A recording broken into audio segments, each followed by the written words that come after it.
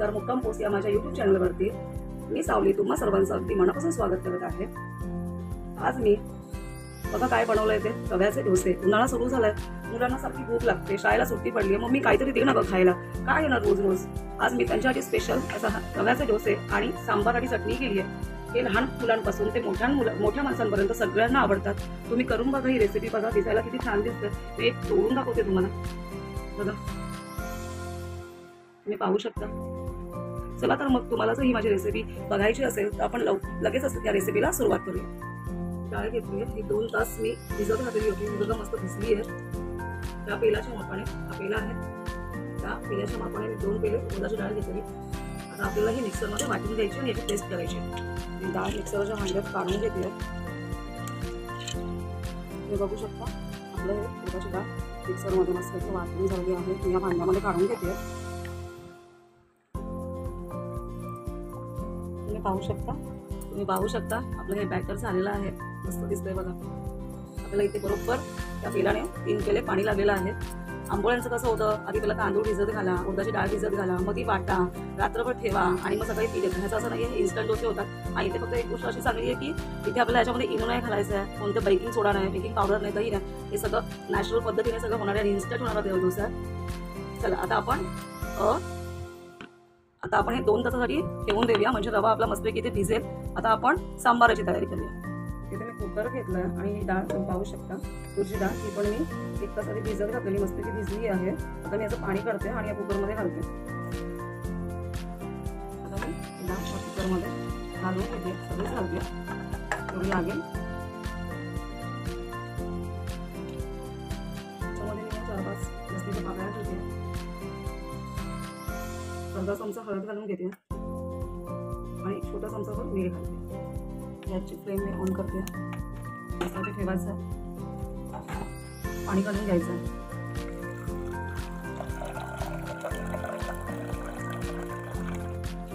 ढवळून घेते,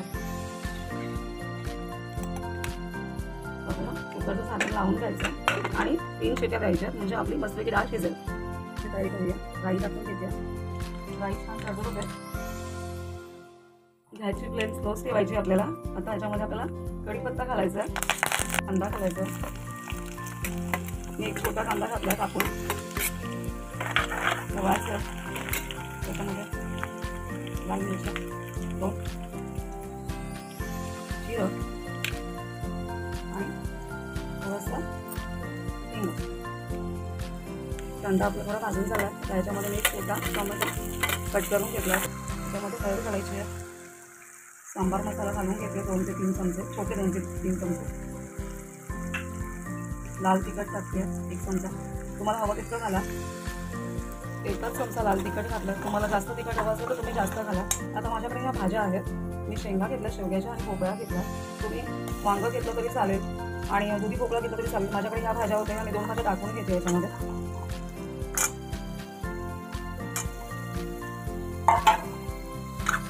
घालून घ्यायचं, बघा दिसायला किती सुंदर दिसतंय।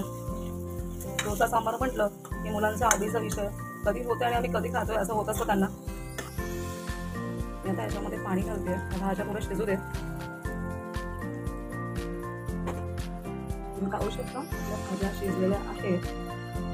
आता आपण ह्याच्यामध्ये ती जी डाळ कुकरला लावून गेली ना, ती आता आपल्याला ह्याच्यामध्ये ऍड करायची आहे। ह्याची फ्लेम स्लोच ठेवायची आहे। किती छान दिसतंय बघा सांबार, कलर पण मस्त झालाय, डाळ पण आपली मस्त शिजली आहे। मी आता ह्याच्यामध्ये ना चिंच आणि गूळ असं पाणी केलं होतं ते घालते आणि टेस्ट मस्त लागतं सांबारची। तुम्ही पाहू शकता आपलं सांबार रेडी झालंय, बघा दिसायला किती सुंदर दिसतंय, सुरेख दिसतंय। आता याला 1 उकळी आली ना, वरून कोथिंबीर घालायची आणि मग आपला सांबार रेडी झालाय। आपल्या सांबाराला छान उकळी आली आहे, आता याच्यामध्ये कोथिंबीर घालते, रेडी झालं।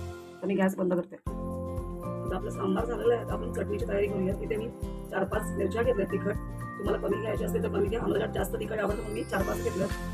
4 ते 5 लसणीच्या पाकळ्या, अर्धा इंच आलं, कढीपत्ता, ओला नारळ, अर्धी वाटी आणि अर्धी वाटी ही चण्याची डाळ, भाजलेली चण्याची डाळ घ्यायची। मिक्सरमध्ये मी सगळं काढून घेतलं।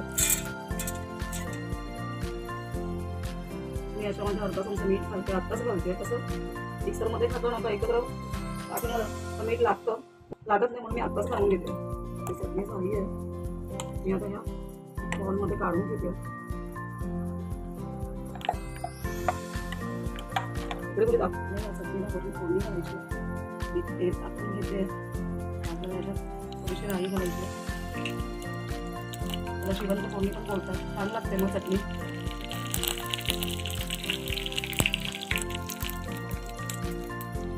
पाहू शकता केसर अगदी सुंदर दिसते. आणि या चटणीवरती घालून घेते. बघू शकता ते सुरेख दिसतंय.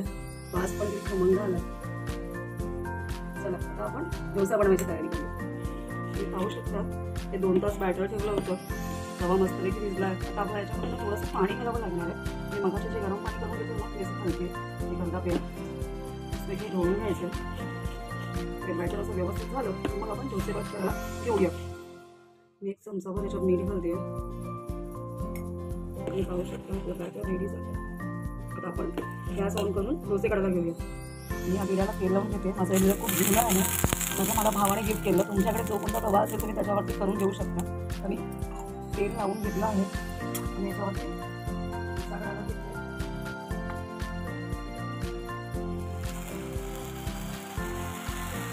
फिरून घ्यायचं हलक्या हाताने.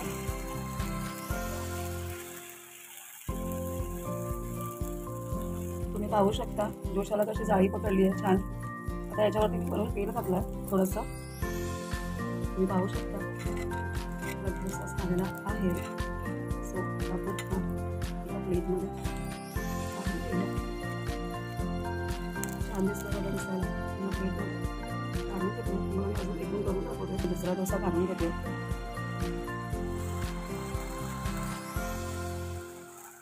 थोडंसं टाकते.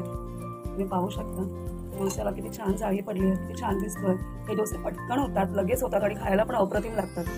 गॅसची फ्लेम स्लोच ठेवायची. फास्ट करायची नाही. फास्ट केली तर आपला डोसा करपू शकतो. स्लो गॅसवरच आपल्याला करायचं. तुम्ही पाहू शकता असं आपला डोसा झाला आहे. काढून घेते. पाहू शकता आपले डोसे झालेले आहेत बघा. दिसतात किती छान. जाळी पण किती छान पडली आहे. तुम्ही नक्कीच ट्राय करा ही रेसिपी. तुमच्या घरातल्यांना तुमच्या लहान मुलांना सगळ्यांनाही आवडेल. चला तुम्हाला ही जर माझी रेसिपी आवडली असेल तर लाईक करा, कमेंट करा, सबस्क्राईब करा, शेअर करा आणि बेल आयकॉनमध्ये क्लिक करा जेणेकरून मी नेक्स्ट व्हिडिओ टाकेन त्याचं नोटिफिकेशन तुम्हाला मिळेल. आता मी तुमची रजा घेते. Bye bye.